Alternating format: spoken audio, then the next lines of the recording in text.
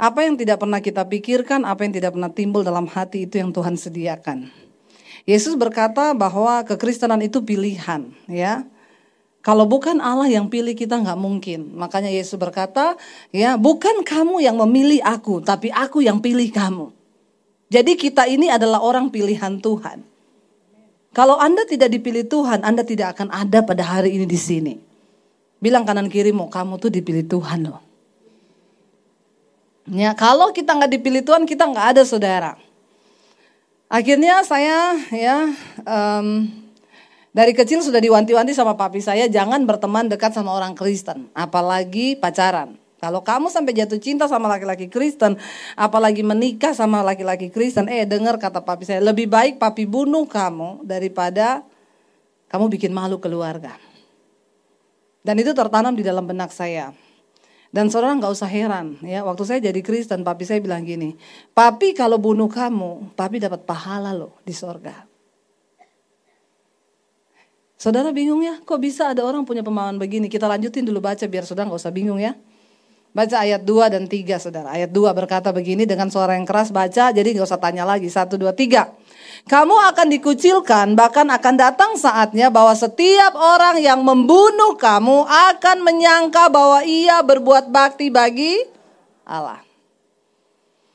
Yesus sudah menuliskan hal ini. Jadi gak usah heran, gak usah tanya. Kenapa dibom, kenapa dibunuh kok dapat pahala. Gak usah bingung lagi, Yesus sudah kasih tahu. Ini nubuatan yang Tuhan tulis dan sudah terjadi. Ya. Jadi waktu saya baca ini saya sudah gak heran lagi. Kenapa? Yesus sudah menulis. Dia bilang apa? Mereka akan berbuat ya demikian karena mereka tidak mengenal Bapa maupun anak. Mereka gak kenal Tuhan. Gak kenal jalan-jalannya. Ada saatnya kamu akan dibunuh. Bahkan ketika engkau dibunuh, ya dia berpikir dia berbuat bakti pada Allahnya. Papi saya bilang, papi kalau bunuh kamu, papi dapat pahala di sorga. Saya sudah gak bingung dan ini lagi bertanya kenapa Tuhan. Memang Tuhan sudah ngomong. Udah ada ditulis di Alkitab. Akhirnya saya saudara waktu itu terima Yesus ya karena dulu sebelum bertobat saya pelatih senam aerobik saudara. Makanya gayanya begini nih. Ya. Dan tanpa pengenalan yang benar akan Tuhan saya gak pernah tahu tujuan hidup saya mau kemana. Karena saya pikir ya saya dilahirkan, setelah lahir besar cari kerja dapat duit hidup ya udah mati. Cuman itu pikiran saya. Saya nggak pernah tahu bahwa Tuhan itu punya rencana bagi saya di dunia ini dan juga saudara katakan. Ya, Tuhan punya rencana bagi kita di dunia ini. Bilang kanan kirimu, Tuhan tuh punya rencana atas hidupmu. Ya, benar saudara, Tuhan tuh punya rencana. Lalu apa rencana Tuhan itu? Lalu saya nggak ngerti, akhirnya saya tertekan di dalam keluarga karena papi saya tuh galak banget, tiap hari main pukul. Saya kalau dipukul saudara sampai biru-biru badan saya merayap minta ampun nggak diampuni. Ya, dihajar pakai ikat pinggang sampai biru-biru, dipukul pakai kayu, rambut saya mau dibotak, dijambak segala macam. Nangis minta ampun nggak diampuni. Mami saya bilang gini, kamu maklum aja kenapa papi begitu, dia itu punya banyak ilmu. Salah satu ilmu yang sangat mempengaruhi papi saya ketika dia belajar ilmu kebal. Di tengah laut, di tengah malam, bulan purnama sama dukun diisi ilmu kebal. Dimandiin. Dan sejak saat itu semakin menjadi-jadi. Tiap hari marah. Gak pernah ada hari tanpa marah dan tanpa mukul. Makanya saya bilang orang Kristen yang tiap hari marah-marah. Pasti ada ilmu kebal itu. Harus didoakan pelepasan. Kenapa? Karena Tuhan panggil kita untuk hidup dalam kerajaan Allah. Apa itu kerajaan Allah?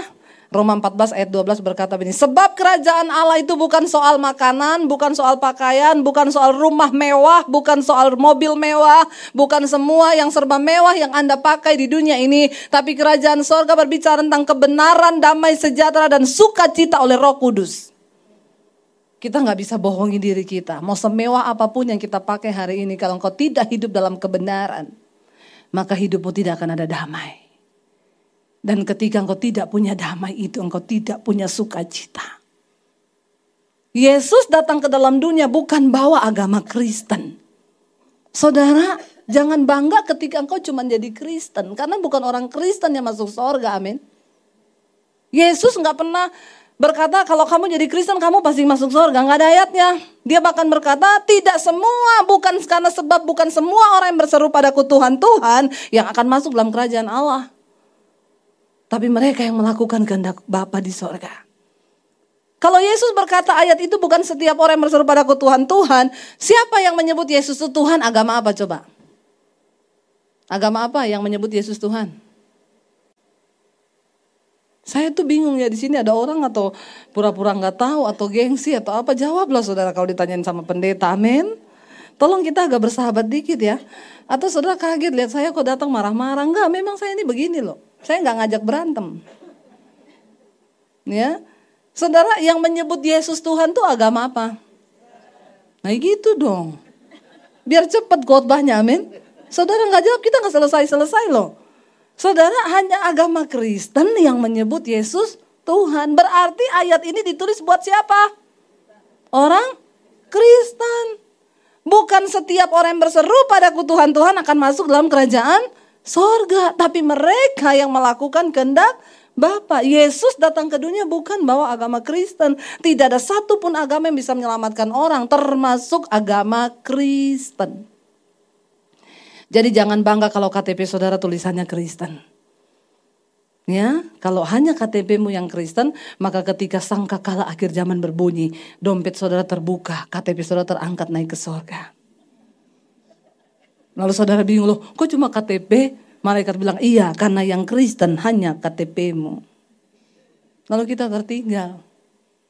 Ya, jangan saudara. Yesus datang ke dunia bukan bawa agama Kristen. Lalu Yesus datang bawa apa? Bawa kerajaan Allah. Amin. Roma 14 ayat 17, sebab kerajaan Allah bukan soal makanan, minuman, pakaian, tapi soal kebenaran, damai, sejahtera, dan sukacita. Anda tidak bisa menipu diri. Walaupun Anda hidup dalam kemewahan, kalau engkau tidak hidup dalam kerajaan sorga, engkau rugi di dunia ini. Hello? Ya? Benar nggak saudara? Mau semewah apapun kita pakai tas 500 juta. Kalau dalam rumah tangga ribut terus suami istri tiap hari omong kosong. Setan bersorak-sorai lihat hidup kita. Ya, kalau dalam rumah tangga kita tidak ada kebenaran apalagi damai dan sukacita, maka itu semua dibangun dengan kepalsuan. Dan Anda jauh dari kerajaan Allah. Kenapa Yesus harus datang ke dalam dunia ini? Saya harus memulai dari awal lagi supaya karena banyak orang Kristen nggak tahu. Ini saudara bisa pakai sebagai metode untuk penginjilan kepada orang-orang yang belum terima Yesus. Pertama kali Tuhan menciptakan bukan setan. Yang pertama kali Tuhan ciptakan apa? Malaikat. Namanya Lucifer. Dia memimpin pujian di sorga. Lalu dia memberontak. Lalu dia dibuang kemana? Setan waktu memberontak dari sorga dibuang kemana? Yang lulus kom berapa banyak? Ya, itu loh yang Alkitab bilang. Kalau dilihat secara umur, harusnya Bapak Ibu ini sudah jadi pengajar. Tapi asas-asas tentang kekristenan aja belum ngerti. Astagfirullah subhanallah. Setan, malaikat dibuang, memberontak sama Tuhan di sorga, dibuang kemana? Bumi. Waktu itu bumi masih kosong. Ketika setan dibuang ke bumi, dia membangun kerajaannya dan sistem kepemerintahannya di dunia ini. Lalu Tuhan ciptakan manusia yang serupa dan segambar dengan Allah dan sangat dikasihinya. Pertama kali manusia diciptakan, kita ditempatkan di mana? Taman Eden. Nggak perlu kerja, pengen makan durian, tinggal ngomong durian, jatuh, terbuka, makan enak. Ya, mau ngapain ada semua. Tapi akhirnya setan membujuk manusia, lalu manusia pun jatuh ke dalam dosa. Ketika manusia berdosa, Allah itu kudus, manusia berdosa, kita terbuang dari hadapan Allah. Lalu manusia dari Taman Eden dibuang kemana? Sekarang kita ada di mana? Kita dibuang juga ke bumi. Berarti kita hidup satu nusa kambangan sama setan.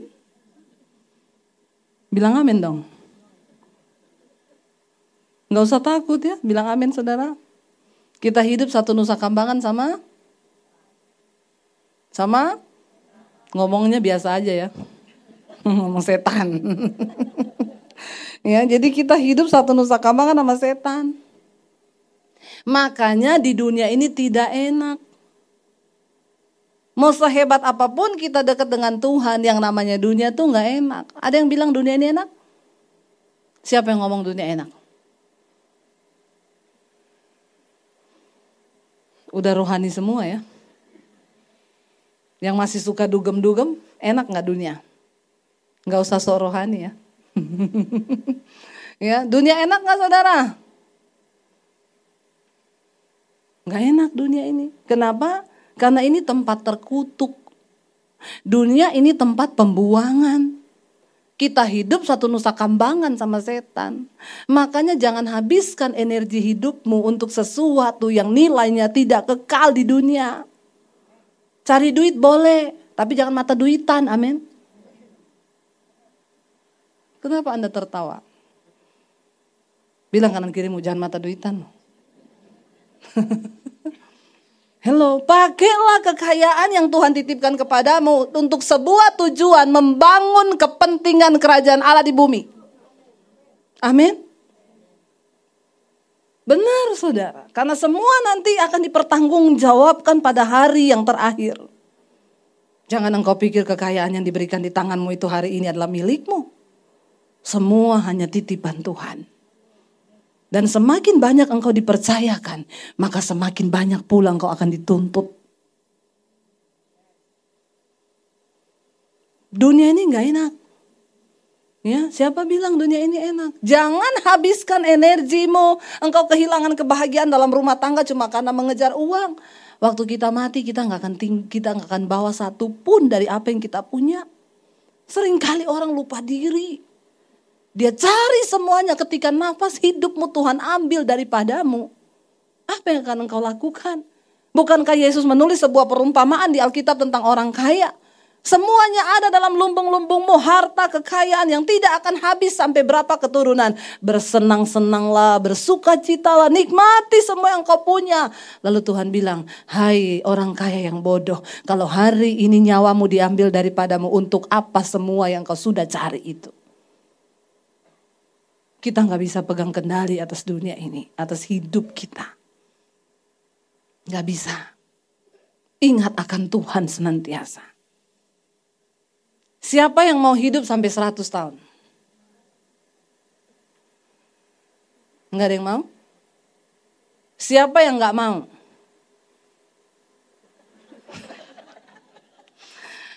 Saya mau tanya lagi ya, harus ada yang angkat tangan. Gak ada angkat tangan, awas loh ya. Yang mau hidup sampai 100 tahun angkat tangan. Enggak ada. Yang tidak mau sampai 100 tahun angkat tangan. Yang bingung angkat kaki. Yang tidak mau sampai 100 tahun, saya mau tanya, kenapa enggak mau sampai 100 tahun Ibu? Hah? Menderita, ya. Sakit tulangnya, ya. Lututnya sakit, udah enggak bisa jalan. Belum lagi pikun, mau ke dapur tembus ke teras. Ya, mau ke teras masuk garasi. Ya, pikun, istrinya tetangga dipikir istrinya dia. Kalau itu pura-pura pikun. Enggak usah pura-pura pikun ya, bapak-bapak. Ya. Saudara enggak mau sampai 100 tahun karena sakit, menderita. Tetap aja alasannya egois ya. Kalau dikasih sehat, tulangnya sehat, semua sehat, gak ada sakit, banyak duit, mau gak 100 tahun?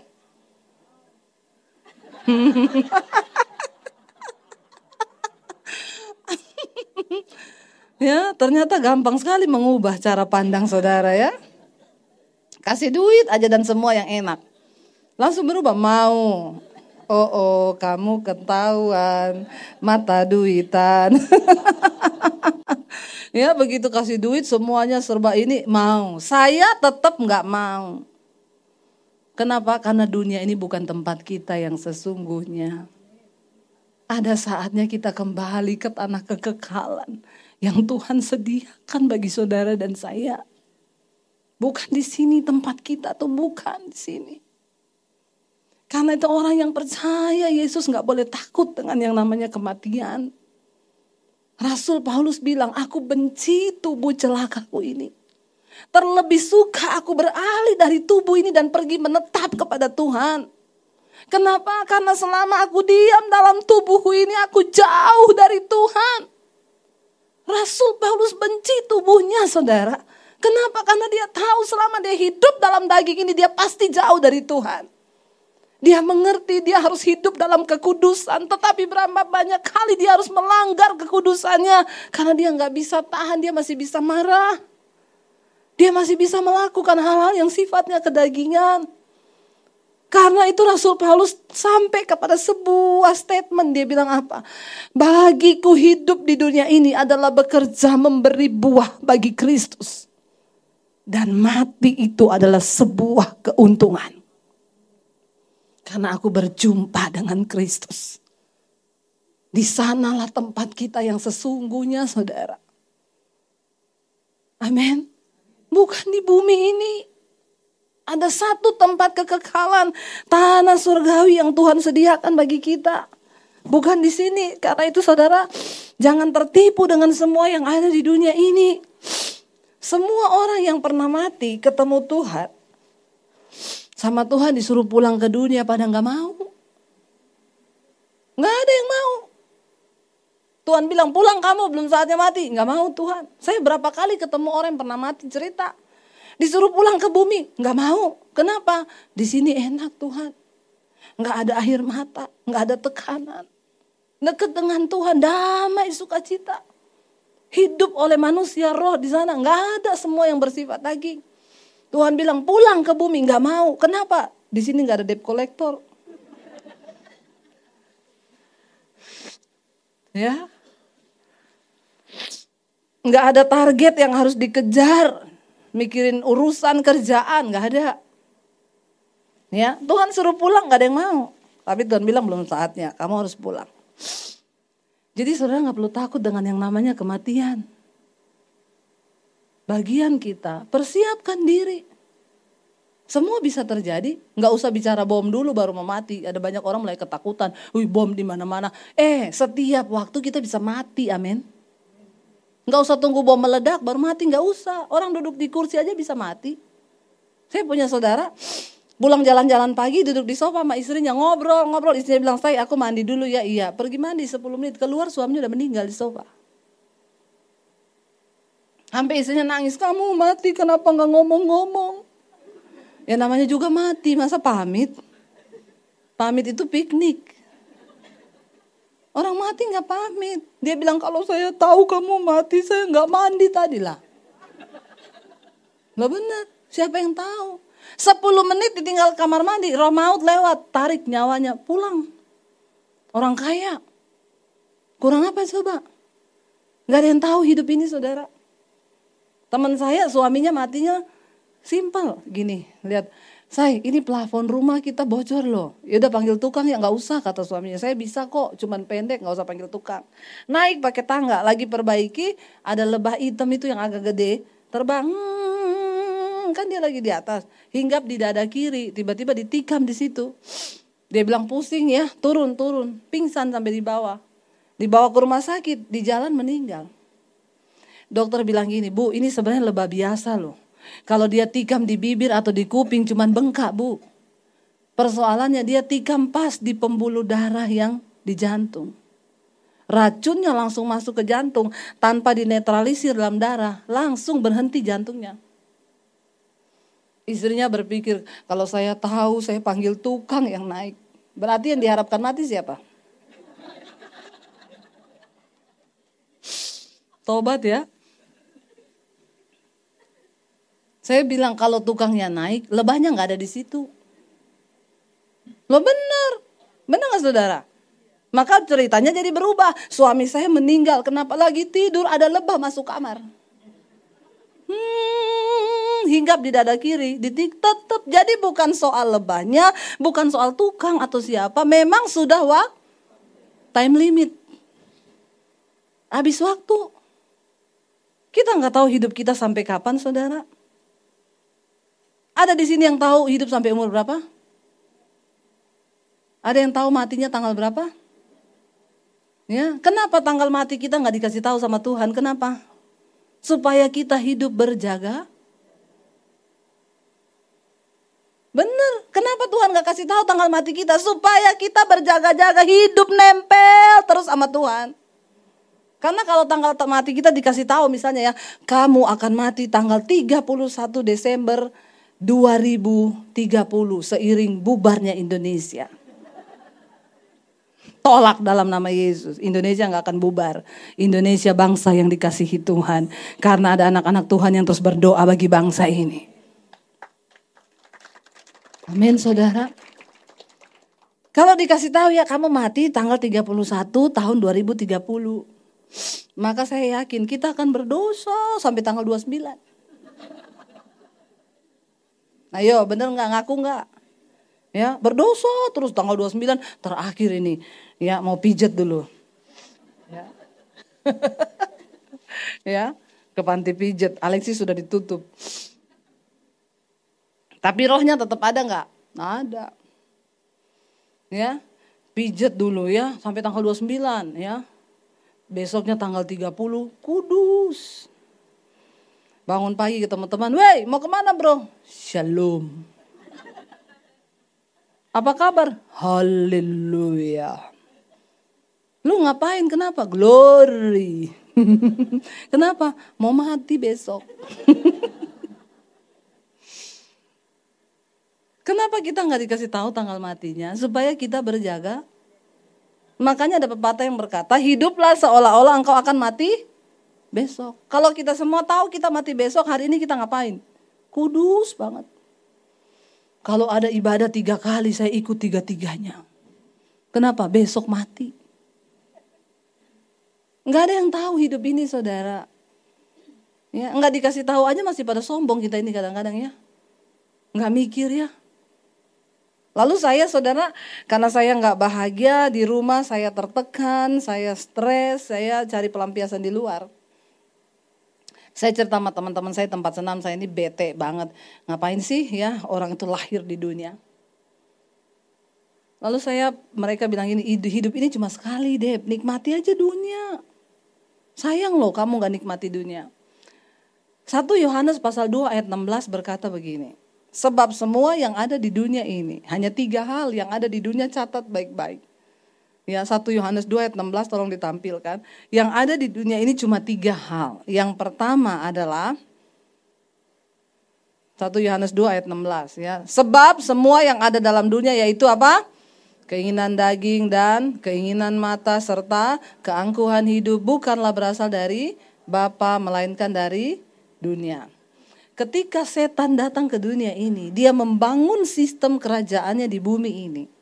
Dan Alkitab bilang, semua yang ada di dunia bukan berasal dari Tuhan. Apa yang ada di dunia ini cuma 3 hal. Pertama, keinginan daging. Apa itu keinginan daging? Galatia 5 bilang, percabulan, kenajisan, hawa nafsu, nafsu jahat, iri hati, kebencian, dendam, amarah, keserakahan, dan rupa-rupa kejahatan ada dalam daging kita. Dan barang siapa yang hidup menurut daging, maka dia akan mati binasa. Tetapi jika oleh roh engkau mematikan perbuatan dagingmu, maka kamu akan hidup, kata firman Tuhan. Amin saudara. Yang pertama ada keinginan daging. Semua punya daging gak? Ingat ya, dagingmu itu punya keinginan. Ya, makanya agak dikurang-kurangi berat badannya. Enggak.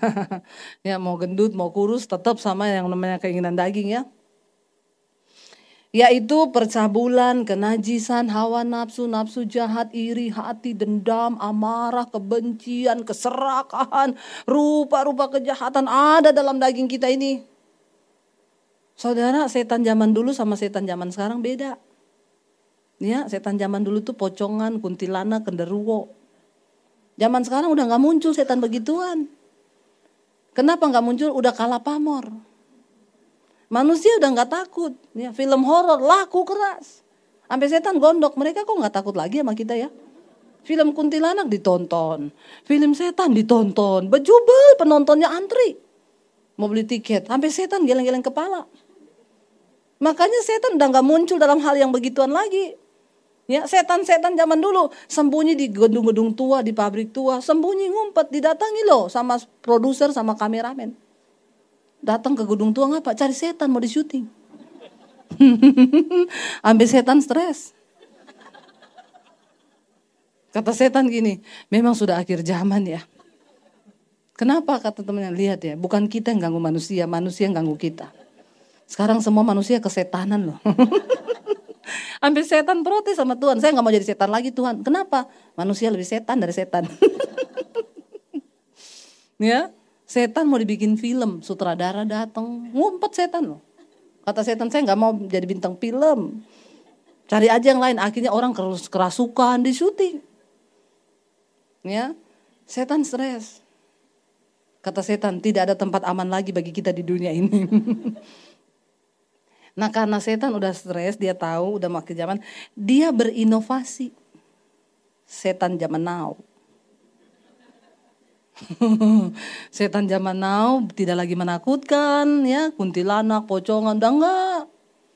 Kata kuntilanak gini, aku sama orang Kristen lebih kudus aku. Bajuku panjang sampai di bawah, bolongannya satu tok di belakang. Orang Kristen zaman now dia bilang, udah bajunya pendek, bolong di mana-mana. Jadi kata kuntilanak, Eke bingung, yang setan Eke apa ye? Halo bapak-bapak, banyak kuntilanak akhir zaman. Ya, banyak pelakor zaman now. Ada seorang ibu cerita sama saya, Bu, suami saya selingkuh, Bu. Terus ibu tahu waktu saya ketahuan dia selingkuh, Bu, itu pelakornya, Bu. Teror saya tiap hari.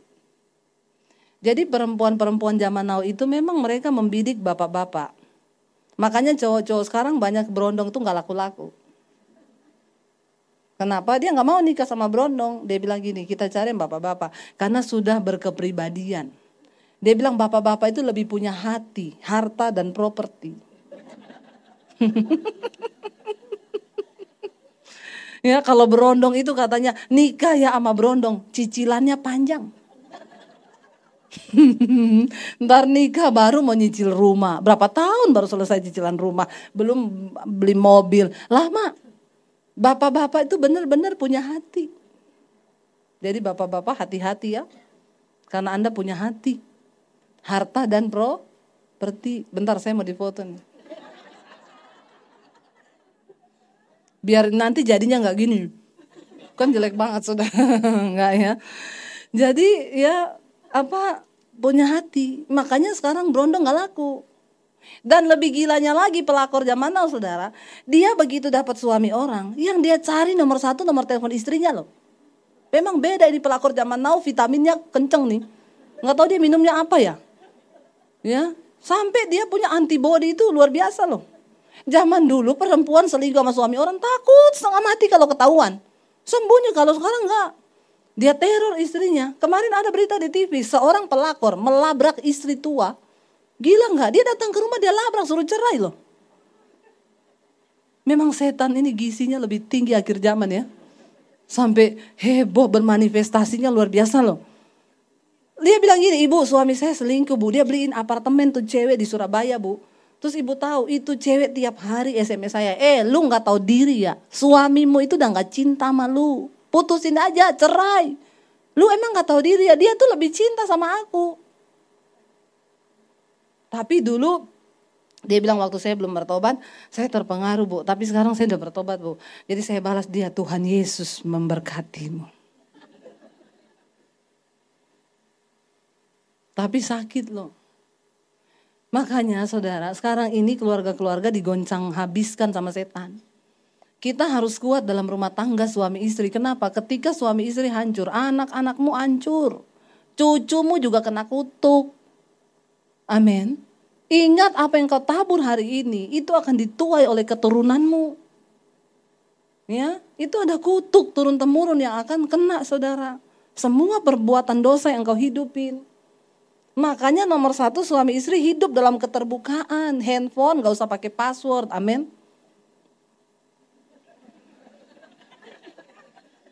Ketahuan ini masih banyak yang pada pakai password ya. Kalaupun pakai password suami istri harus saling tahu. Gak apa-apa tuker-tukeran, ada loh. Orang Kristen suami istri gak boleh istrinya pegang HP suaminya, gak boleh. Ini harus dibaptis ulang. Dan kita rendam agak lama. 5 menit gitu. Dia buka mata langsung di rumah Bapak di sorga. Langsung masuk sorga daripada hidup lagi terus bikin ulah lagi. Bener loh bapak-bapak, jangan ya. Jangan simpan-simpan HP. Nggak apa-apa, saya sama suami kadang tuker-tukeran loh. Itu kan kenapa istri ada di sampingmu? Istri itu teman pewaris kerajaan Allah. Dia akan menjadi penolong dan juga satpam buatmu. Amin bapak-bapak. Ya, demikian juga istri-istri, kita terbuka sama suami kita. Kalau ada yang ganggu, bapak-bapak kasih tahu sama istrimu. Ya, perempuan-perempuan zaman now menyamar jadi sales credit card, nanti telepon, terus nanti ajak kencan. Ya, terus nanya, "Pak, udah makan belum?" Bilang, "Udah, istri saya masak nasi goreng pedes banget. Kayak sambel." Hati-hati loh saudara ya, jangan ditutup-tutupin. Makanya satu kali ada bapak-bapak, dia bilang sama istrinya gini, saya mau bikin kopi nih, gula di mana?" Kata istrinya, "Itu loh di botol ya ada tulisannya garam." Nah kok bisa gula ditulis garam biar gak ketahuan semut? Terus suaminya kan bingung, "Loh kok bisa gitu?" Kata dia, "Kan kayak kamu Pak, HP-mu Wanti lu tulis Wanto." Hello. Jadi kalau HP-nya bunyi isinya tanya, "Siapa itu yang telepon?" "Pak Wanto." Padahal waktu diangkat, "Halo." Bertobat. Yang benar begitu nggak usah angkat tangan bapak-bapak ya. Di rumah saja bertobat. Lo benar nggak saudara? Ya, akhirnya saya nikmati dunia, keinginan daging yang pertama. Percabulan, kenajisan, saya ke diskotik. Ya, saya dugem, saya lakukan semua hal, saya bersinah. Itu yang setan taruh dalam diri kita. Lalu Alkitab bilang di dunia ini yang kedua yang ada itu keinginan mata. Mata manusia itu ada puasnya enggak? Halo? Mata kita ini ada puasnya enggak?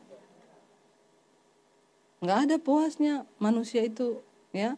Dikasih motor pengen, kasih mobil pengen, kapal ya, jadi juragan kapal. Kasih kapal pengen helikopter, ya.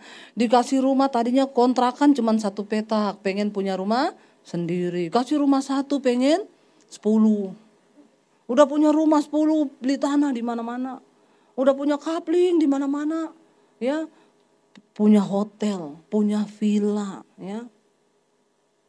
Udah punya rumah di sorga belum? Udah punya kapling di sorga? Jangan lupa ya saudara, jangan cuma beli kapling di bumi ya. Nanti di sana kita harus ada kapling loh. Jangan cuma kaya di bumi, tapi engkau melarat di hadapan Tuhan. Lalu dikasih ini, tetap gak ada puasnya manusia itu. Pengen mata kita tuh pengen terus. Berapa banyak yang udah menikah di sini? Ya, yang sudah menikah.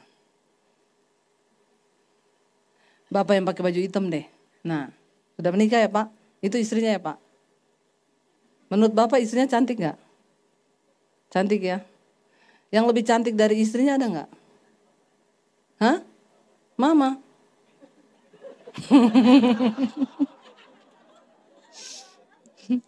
Jangan bilang mama dulu, saya tahu hari ini hari ibu ya, hari Mother's Day saya tahu. Tapi saya lagi tanya sama Bapak tentang wanita lain, jangan mama ya. Yang lebih cantik dari istrinya Bapak ada nggak?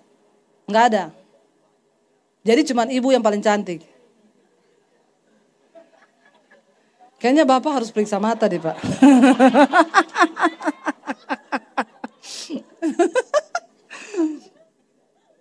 Ya mirip sama suami saya saudara. Kalau saya tanya saya, menurut kamu saya cantik gak cantik? Cantik banget. Yang lebih cantik dari saya ada? Gak ada. Kamu paling cantik seluruh dunia. Saya bilang pret. Kenapa saya bilang pret? Kalau jalan di mall ada ibu-ibu cantik dilirik sama dia saudara. Tapi gak apa-apa. Berarti pria normal. Yang dia lirik wanita cantik. Daripada dia lirik cowok ganteng. Bahaya. Cucok. Ya. Jadi dia tanya sama saya, menurut kamu saya ganteng banget. Yang lebih ganteng dari saya ada nggak? Banyak. Loh bener. Tapi di antara semua yang ganteng itu, kamu yang terbaik buat saya. Amin ya Pak ya. Yang cantik banyak ya Pak. Ngaku aja Pak. Jangan takut dicubit istri, ya. Itu kan lebih baik jujur walaupun menyakitkan. Ya, mata itu nggak pernah ada puasnya. Ibu-ibu yang beli tas baru, survei membuktikan itu keinginanmu cuma bertahan 90 hari. 3 bulan engkau punya tas baru, buktikan. Habis itu engkau udah bosen. Lihat yang baru pengen lagi, bener nggak? Tingkat kepuasan manusia 3 bulan pertama beli mobil, dielus-elus terus itu mobil. Nanti udah 3 bulan berikutnya udah nggak ada, pengen lagi, lihat lagi yang baru, pengen lagi yang baru. Tapi hati-hati, Tuhan bilang, jangan engkau memuaskan semua keinginan tubuhmu untuk engkau turuti semua keinginannya. Keinginan daging itu bahaya. Keinginan mata, yang terakhir yang ada di dunia adalah keangkuhan hidup, yaitu kesombongan. Siapa yang gak sombong? Ampuni ya, sombong semua di sini ya. Ada orang bilang gini, itu Bu, mentang-mentang kaya sombong sekali Bu. Orang kaya sombong ya biasa, miskin sombong aja banyak. Bener gak saudara? Enggak kaya, enggak miskin, semua orang punya bakat sombong. Tapi Tuhan menentang orang yang sombong. Mau kaya mau miskin kita semua ini sama, cuma tercipta dari tanah. Mati nanti balik kembali jadi tanah. Tapi kalau hidupmu terlalu banyak masalah, saya curiga Anda dicipta dari tanah sengketa. Harus didoakan pelepasan itu. Ya. Jadi saudara nggak boleh sombong. Yang ada di dunia ini yang ketiga adalah keinginan, kesombongan, keangkuhan hidup. Cuma 3 ini yang ada di dunia. Maka jangan mau lama-lama di dunia. Amin. Kita harus tinggalkan dunia ini. Kematian adalah awal sebuah kehidupan dalam kekekalan. Kekal di surga bersama Bapa di surga kalau hidupmu benar. Kekal di neraka jika hidupmu tidak benar. Persiapkan hidup kita. Ini saya sampai jam berapa? Udah habis waktu ya Bu? Belum ya? Sampai jam berapa Pak? Ya. Jadi saudara, ya, harusnya kita selesai jam 12 ya. Tapi saya khotbahnya sampai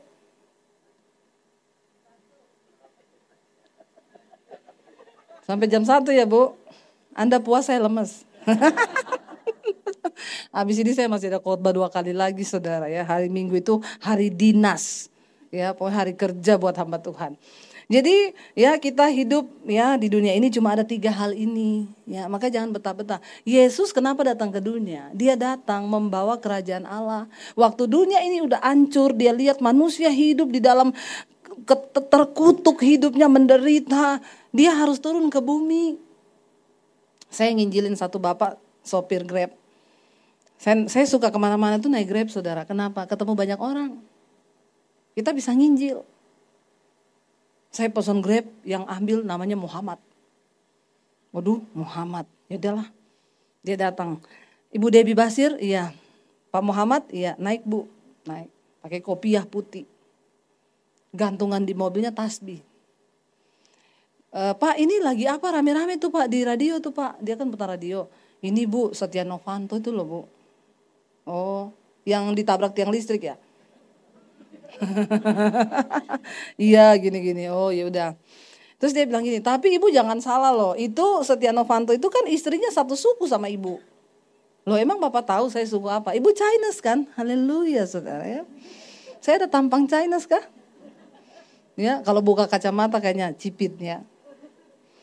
Saya bilang bukan Pak. Ya saya ini asli dari Sulawesi. Terus dia bilang gini, oh kalau gitu ibu pribumi dong. Bukan Pak, saya peribulan. Ya, saya bilang Bapak jangan ngomong-ngomong pribumi. Semua orang yang lahir di Indonesia, mau orang Arab, orang mana, orang Sunda, orang mana, orang Chinese, kalau dia udah punya akte lahir di Indonesia itu artinya Pak NKRI harga mati. Amin.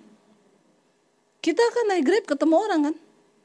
Ya, ketemu orang Kristen itu sekarang kan eksklusif, ketemu sesama Kristen, makan sesama Kristen, di mobil sesama Kristen. Terus kita kapan nginjil? Garam kumpul sama garam, nanti jadi gudang garam. Darah tinggi semua, marah-marah, berantem, pecah. Jangan, ya keluar beritakan Injil, amin. Biar nggak ketinggian garamnya. Jadi dia bilang gini, oh berarti ibu pribumi ya? Enggak, oh ya udah bu, berarti ibu muslim. Lihat saudara, yang diomongin kalau nggak pribumi bawa agama. Ini orang kategori kebanyakan micin. Ya, jadi gagal fokus. Dia lagi nyetir gini, berarti ibu muslim ya? Saya bilang dulu pak, tiba-tiba dia ngerem, cit. Dulu, berarti ibu sekarang apa? Pak, lihat ke depan, nanti nabrak. Santai aja pak, biasa aja. Lalu dia bilang, loh dulu berarti ibu sekarang apa? Ya sekarang saya ke gereja. Wah ibu murtad ya jadi Kristen. Ya terserah bapak sebut saya apa, saya nggak marah kok. Bapak bilang saya juga murtad, saya nggak marah. Tapi saya nggak mau bapak sebut saya Kristen. Ibu kenapa pindah Kristen? Jangan sebut saya pindah Kristen pak. Kenapa? Karena nggak semua orang Kristen masuk surga.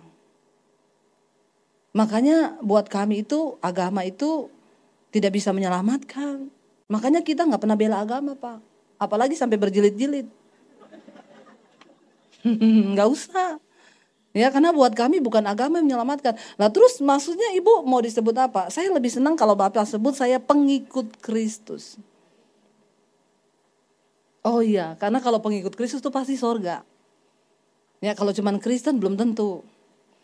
Lalu ibu cerita dong kenapa ya ibu bisa beralih. Jadi yaitu tadi ibu bilang pengikut Kristus. Ya, saya bilang kalau saya cerita lama loh Pak, mudah-mudahan macet ya. Ya, karena kalau nggak macet gantung nanti, nggak selesai. Terus dia bilang gini, kayaknya kita masuk tol di depan Gatot Subroto macet tuh bu, boleh tuh bu. Jadi sengaja cari rute macet ya Pak ya, biar selesai ceritanya. Lalu dia bilang gini, bu kenapa kami menyebut orang Kristen itu kafir? Karena dalam surat Al-Ikhlas dengan jelas dikatakan lam yalid walam yulad walam yatul wal kufuwan ahad. Yang artinya bahwa Allah itu tidak beranak dan tidak diperanakan. Iya Pak, saya setuju. Setuju sekali. Kenapa? Karena Yesus itu tidak diperanakan secara manusia. Dia nggak lahir dari persetubuhan antara laki-laki dan perempuan. Di dalam surat Al-Maryam dikatakan bahwa sesungguhnya Isa Al-Masih dikandung dalam kandungannya Maryam oleh Rohulullah, yaitu Roh Allah. Dan dia adalah kalimatullah, firman Allah yang menjelma menjadi manusia. Jadi dia tidak diperanakan secara benih manusia, tapi dia adalah benih ilahi yang dititip dalam kandungannya Maryam. Dia bilang menarik ini bu. Tapi tolong Bapak garis bawahi, saya tidak mengkristenisasi Bapak. Jadi kalau Bapak rekam ini rekaman silakan Bapak rekam. Saya nggak mengkristenisasi Bapak loh. Karena udah ada pendeta yang dipenjara kan saudara. Kemarin diputus 6 tahun penjara, dia nginjilin supir Grab. Ya. Dianggap mengkristenisasi, tapi karena dia dulu mantan kiai ya, jadi dia tahu semua ayat-ayat ya. Nah dia pakai untuk menyerang, jadi dapat deh. Saya bilang saya tidak mengkristenisasi Bapak loh ya, karena saya juga nggak bangga kalau Bapak jadi Kristen. Terus Bapak ke gereja bikin penuh-penuh bangku gereja, enggak. Saya senang kalau Bapak ketemu Tuhan yang benar, Yesus Kristus. Itu aja. Lalu saya cerita sama dia saudara di jalan. Wih luar biasa ya bu ya, iya Pak.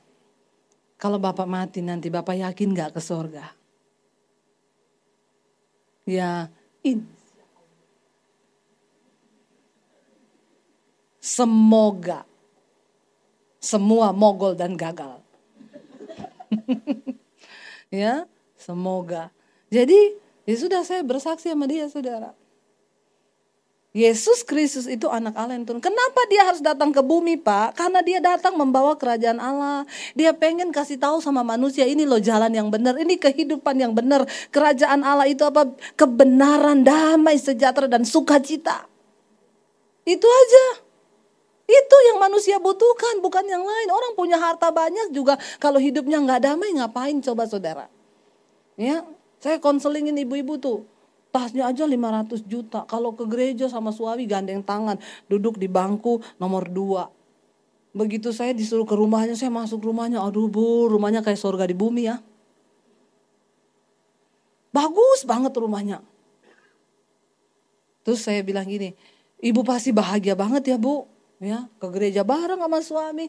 Dia bilang, Ibu Debbie, saya mau bilang sama Ibu, kami sudah 6 tahun pisah ranjang. Kita nggak tidur bareng Bu. Saya bilang, kenapa Ibu beli ranjang yang kecil? Yang gede biar tidur berdua, udah gede Bu. Tapi udah nggak cocok. Tapi kami nggak bercerai hanya untuk demi nama baik. Tuhan ditipu demi nama baik. Saya tanya, loh Ibu kalau ke gereja sama suami tuh gandeng tangan, saya pikir itu Ibu akur-akur aja. Itu hanya sandiwara. Ternyata di gereja banyak pemain. Ya, cuma tidak terekspos di TV. Ya, kalau ke gereja berantem di mobil suami istri, mau dekat ke Menara Sampurna, dan dekat gereja, hapus air matamu. Istrinya dikasih tisu. Nanti pulang gereja kita lanjutkan.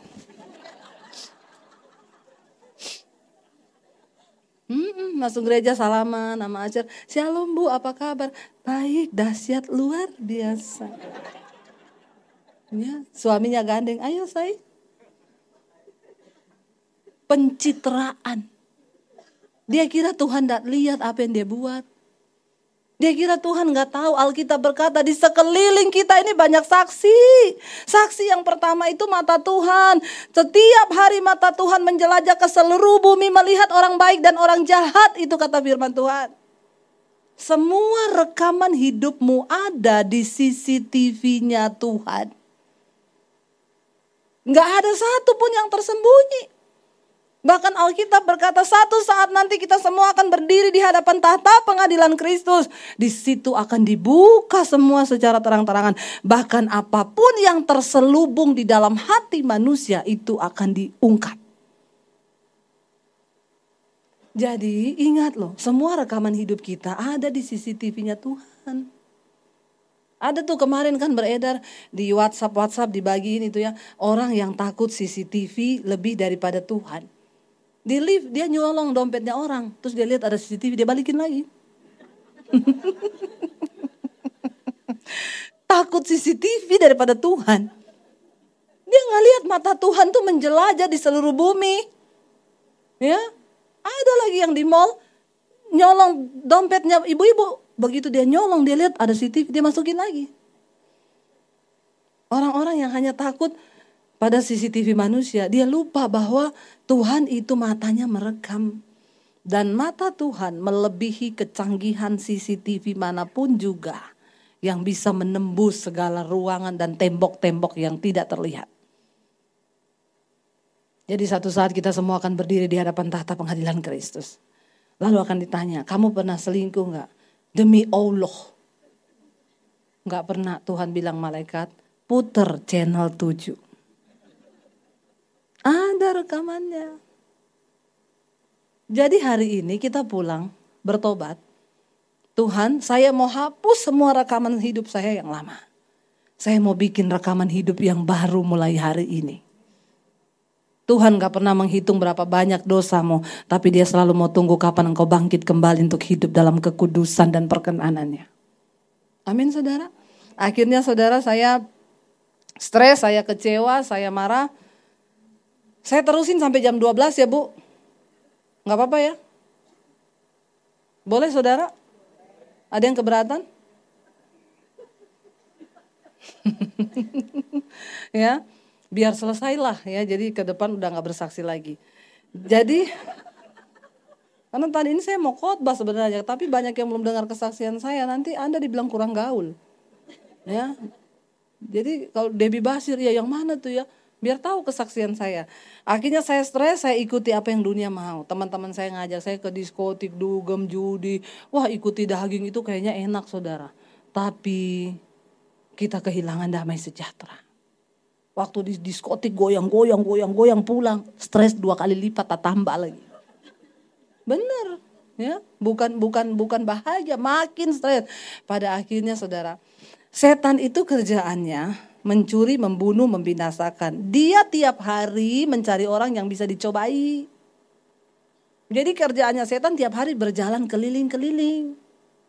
Cari orang yang bisa dicobai. Jadi kalau Anda juga tukang keliling-keliling, nanti ketemu banyak setan. Ya. Lalu saya jatuh, ya, singkat cerita saya hamil di luar nikah tahun 95. Dan disitulah saya benar-benar terpuruk. Ya, saya jatuh. Setan datang gini, hidupmu udah hancur. Ya, kamu gugurin kandunganmu pun gak ada guna. Kenapa? Karena satu saat kan pasti bakal ketahuan. Jadi siapa yang mau nikahin kamu lagi? Mending kamu bunuh diri aja. Jadi saya sembunyiin saudara kehamilan saya, sembunyi sampai saya takut kalau ketahuan papi saya bisa dibantai. Saya sembunyiin, akhirnya saya cerita ke teman saya bilang, ya kamu gak mungkin nikah kan? Ya enggak lah, yaudah. Yuk saya antar ke dukun. Zaman itu tahun 95 praktek aborsi gak kayak sekarang, di tiap tikungan ada. Ya, dulu setengah mati kalau mau aborsi ke rumah sakit sama dokter, ketahuan nih suaminya siapa, apalagi di kota kecil begitu. Saya cerita ke teman saya, dia bilang ada dukun yang bisa gugurin. Pinter, sering dia. Ayo kita cari. Saya dibawa, tapi dukunnya mau didatangi kalau malam. Rumahnya di pinggir pantai. Angin sepoi-sepoi. Horor. Rumahnya gubuk bambu, dukunnya keluar dari gubuk. Nenek-nenek tua rambut putih panjang kayak mak lampir. Coba saudara masuk dalam cerita saya. Tatap mata saya. Bener horor. Saya masuk, dia pegang perut saya, dia bilang gini, ini sudah kegedean. Kenapa kamu gak cepet kesini?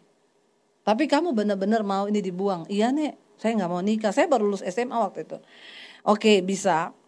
Tapi kalau udah gede gini, kita terpaksa. Tunggu 3 hari lagi kamu balik ke sini. Kenapa 3 hari? Itu malam bulan purnama penuh.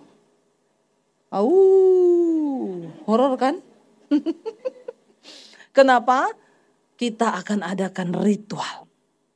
Jadi kamu harus bawa syarat-syaratnya. Syaratnya apa nih?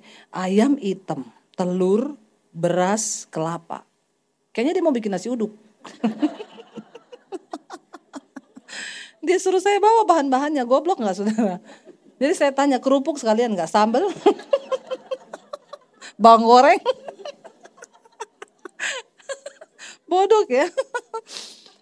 Lalu teman saya bilang, balik gak? Enggak. Kenapa gak mau balik? Saya bilang, saya ini memang setan ya.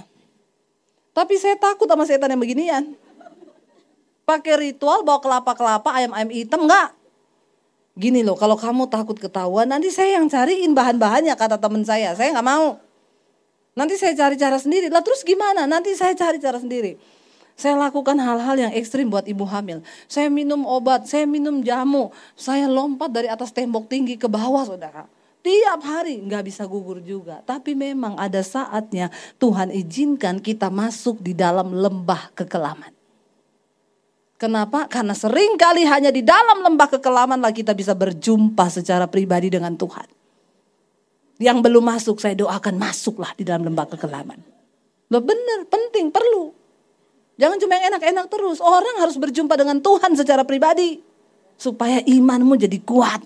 Karena engkau punya pengalaman berjumpa dengan Yesus. Di dalam lembah kekelaman itu gak ada lagi yang bisa tolong kita saudara. Uangmu gak bisa. Ya harapan udah gak ada. Tidak ada satu manusia sehingga engkau merasa benar-benar engkau tidak ada pertolongan. Dan engkau hanya berurusan dengan Tuhan. Tapi Daud punya iman yang luar biasa. Karena dia sering mengalami Tuhan. Dia punya pengalaman banyak dengan Tuhan. Dia bikin lagu. Sekalipun aku dalam lembah kelam, ku tak takut sebab kau besertaku. Amin. Asal Tuhan beserta kita, enggak usah takut. Lalu di situ saya stres, saya mau bunuh diri. Ya, teman saya mati bunuh diri minum Baygon. Padahal waktu itu belum ada Baygon rasa stroberi. Dia mati, saya pikir waktu dia mati, saya pikir enak itu mati ya. Gak ada pikiran apa-apa, selesai. Saya pikir kenapa Tuhan tuh ciptakan saya ke dunia. Kalau orang berkata hidup adalah pilihan, maka bagi saya ada dua hal yang kita nggak pernah bisa pilih di hidup ini. Yang pertama lahir. Nggak ada seorang pun dari kita yang minta dilahirkan kan? Atau kita nggak ada yang ditanyain kan, mau lahir nggak? Nggak kan, tiba-tiba kita ada. Di keluarga happy atau brengsek kita nggak pernah bisa memilih kita ada di dunia ini. Kita juga nggak pernah bisa pilih bentuk muka yang kayak apa. Ada yang hidungnya mancung, ada yang pesek. Ya. Tapi dengar baik-baik, bukan apa yang ada di luar diri kita yang bisa bikin kita bahagia. Ketika hatimu penuh dengan Roh Kudus, ada Yesus, engkau bahagia. Dulu saya sebelum bertobat, saudara, tiap hari berdiri di depan cermin. Kenapa saya diciptakan jelek banget kayak begini? Oh, udah cantiknya kayak gini loh. Masalah buat lo. Ya, bener. Nggak pernah ada rasa puas.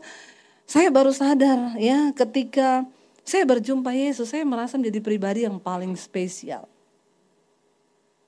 Dan kalau engkau diciptakan kayak begini ya sudahlah, normal ya. Disyukuri aja. Hidung 1, lubang 2 menghadap ke bawah, normal. Amin. Kalau lubangnya menghadap ke atas harus operasi. Bukan apa-apa, hujan masuk air.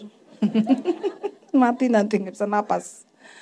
Tapi kalau udah begini disyukuri. Ya, yang kedua yang kita nggak pernah bisa pilih mati tadi. Nggak ada yang tahu tanggal mati. Akhirnya saya stres, saya mau bunuh diri di situ, ya. Ketakutan kalau papi saya tahu, papi saya punya pedang panjang 1,5 meter di bawah kolong tempat tidur. Tiap hari dia asah itu pedang. Dia kalau berantem sama tetangga saya yang Kristen, dia angkat itu pedang. Dia punya keris, dia punya samurai, dia punya pistol di lemari. Jadi saya tiap hari ketakutan, ini kalau dia tahu dia tembak kepala saya habis nih. Tapi firman Tuhan berkata begini, aku memberikan kepadamu bukan roh ketakutan, tapi roh yang membangkitkan kekuatan. Ketakutan itu bukan dari Tuhan, saudara. Apa yang Anda takuti hari ini? Takut mati? Berapa banyak yang masih takut mati? Nggak ada ya? Yang sudah siap mati? Nggak ada juga. Ini gimana sih? Ya, Anda siap atau tidak siap? Kalau udah saatnya mati, mati loh. Jadi daripada tidak siap, lebih baik siapkan diri. Amin. Ya. Jadi saya waktu itu ketakutan. Takut apa lagi? Takut setan. Ada yang takut setan? Jujur loh. Ketakutan itu roh ya, dan dia bukan dari Tuhan loh. Jangan takut setan, saudara. Amin. Karena setan yang sebenarnya itu bukan yang menampakkan diri, itu bukan. Setan sebenarnya itu yang berkecol di hatimu, yang bikin kau kepahitan, itu setan. Ada pendoa syafaat ngomong, Bu, di rumah saya ada setan loh. Kok ibu bisa tahu? Saya tiap turun ke bawah jam 2 malam mau ambil minum, dia duduk di sofa. Hitam gede gitu, Bu. Terus apa ibu lakukan? Pertama-pertama lu saya takut, tapi sekarang udah enggak, Bu. Saya kalau lihat saya bilang permisi. Saya enggak ganggu kamu ya. Tan. Jadi saya tanya sama dia, Ibu itu sertifikat rumah atas nama ibu atau atas nama setan? Kenapa ibu yang permisi sama dia? Ya harusnya dia dong yang permisi sama ibu. Saya bingung ya, rumahnya pendoa syafaat ada setan. Bingung gak saudara? Dulu pertama kali saya datang di Jakarta, saya kan kontrak rumah. Orang bilang itu ada, Bu, murah. Tapi jujur kata satpamnya horor. Saya bilang saya suka itu yang banyak setan. Ya, yang penting murah dulu, ambil dulu. Tapi banyak setan, Bu. Gak apa-apa, saya datang, setan pergi. Amin. Jangan saudara datang, setan juga datang. Nah, ini gak benar. Setan itu kan gak tahan hidup satu rumah dengan orang benar. Jadi jangan takut sama rumah horor, amin. Kita datang, setannya pergi. Hello.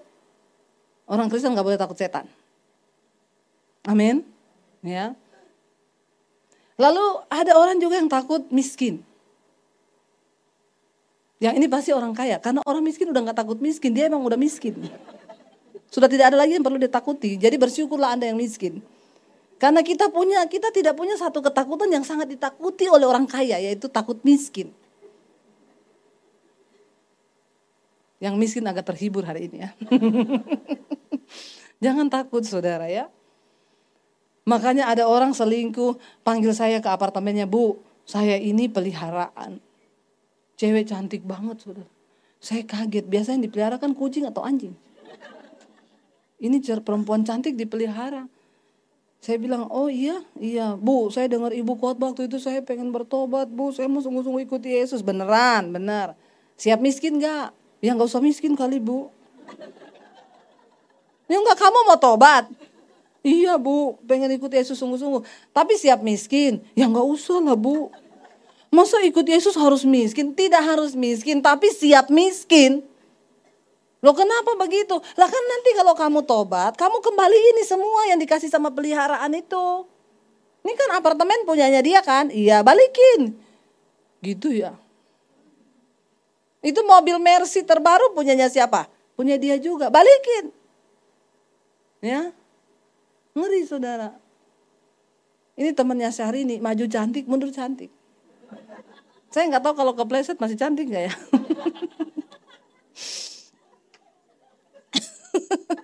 Jadi begitulah saudara ya, orang itu kadang-kadang gitu.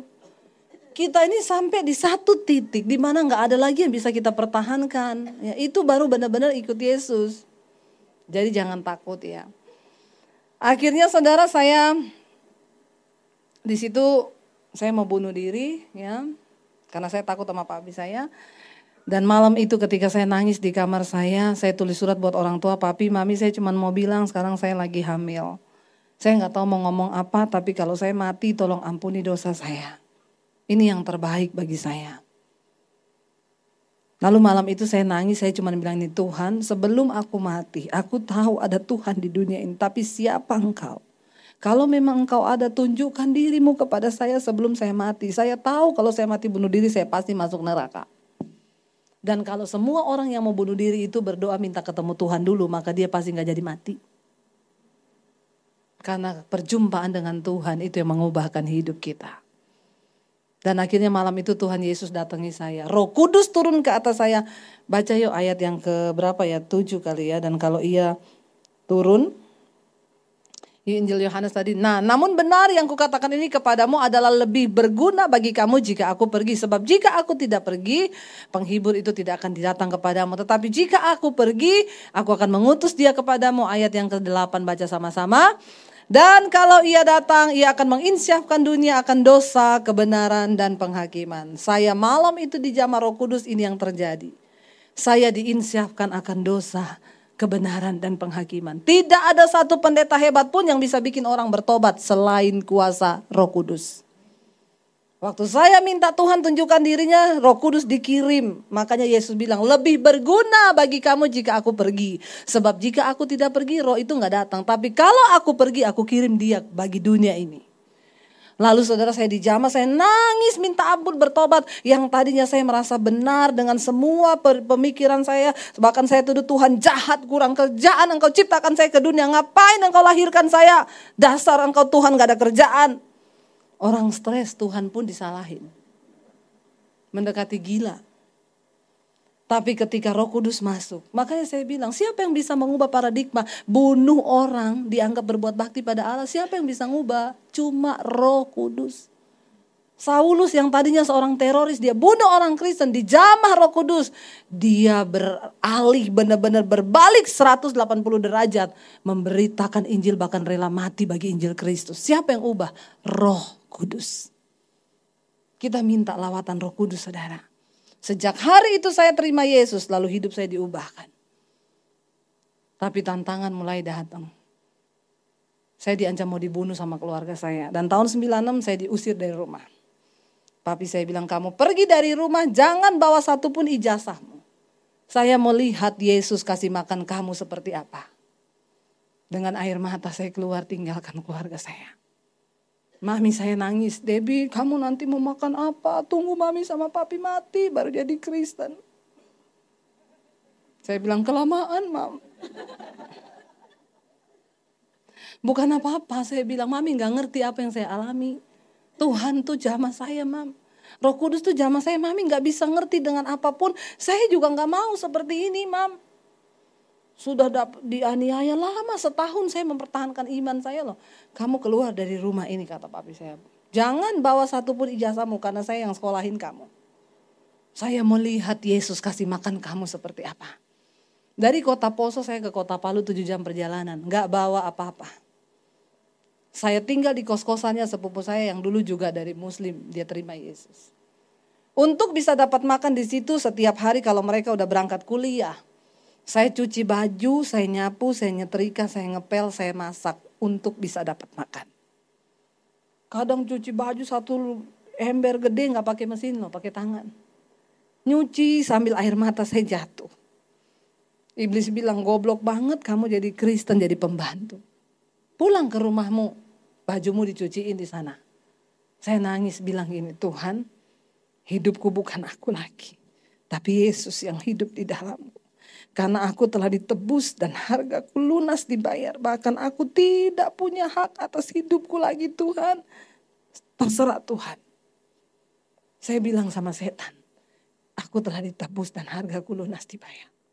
Apapun tidak akan bisa membuat saya lagi meninggalkan Yesus. Itu yang Alkitab bilang, Rasul Paulus bilang, barang siapa yang sudah berjumpa dengan kasih karunia Kristus, dia gak akan mudah tinggalkan. Entah karena kelaparan, aniaya. Setahun saya alami itu. Tanpa uang 1 sen pun di tangan. Menderita.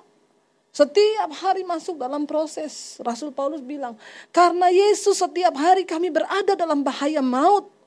Aku dipenjara karam kapal. Aku didera. Aku hampir mati. Semua karena nama Yesus. Hari-hari ini kita pergumulannya karena apa? Ada di antara kita yang masih mau mati karena nama Yesus? Kita kan hari-hari ini pergumulannya cuma yang alay-alay, benar gak? Gak bisa bayar cicilan. Alay gak? Banget. Difitnah. Saya gak terima Bu. Saya difitnah. Di mana harga diriku? Piro harga dirimu? Kalau engkau tahu bahwa hargamu telah lunas dibayar, maka engkau gak punya hak lagi atas harga dirimu. Mau dihina, mau difitnah, biarin aja. Itu bagiannya Tuhan. Foto saya dipampang di satu gereja, jangan diundang, ini hamba Tuhan. Saya cuma nangis saudara.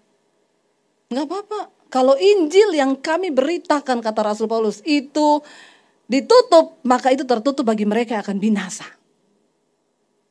Gak apa-apa, hidup ini jangankan menderita dari pihak sebelah, Rasul Paulus bilang, bahkan dari orang-orang seiman pun kita akan dianiaya. Jangan ngomong dari seberang. Orang yang seiman, saya kalau mau lihat model-model pendeta yang zaman dulu saya ketemu, saya pernah giniin satu pendeta, Pak saya kalau mau lihat Bapak, saya mau pindah lagi ke agama saya yang dulu Pak. Cuma untung saya lihat Yesus Pak, gak lihat Bapak. Amin saudara. Lo benar. Jadi saudara ya ikut Tuhan, yuk bayar harga. Yesus bilang kalau engkau ingin jadi muridku, pikul salibmu, sangkal dirimu dan ikut aku. Ikut Yesus itu bukan enak-enak. Saya berdoa setiap kita di tempat ini tidak ada satupun yang tertinggal. Kita akan mengalami Tuhan bersama-sama.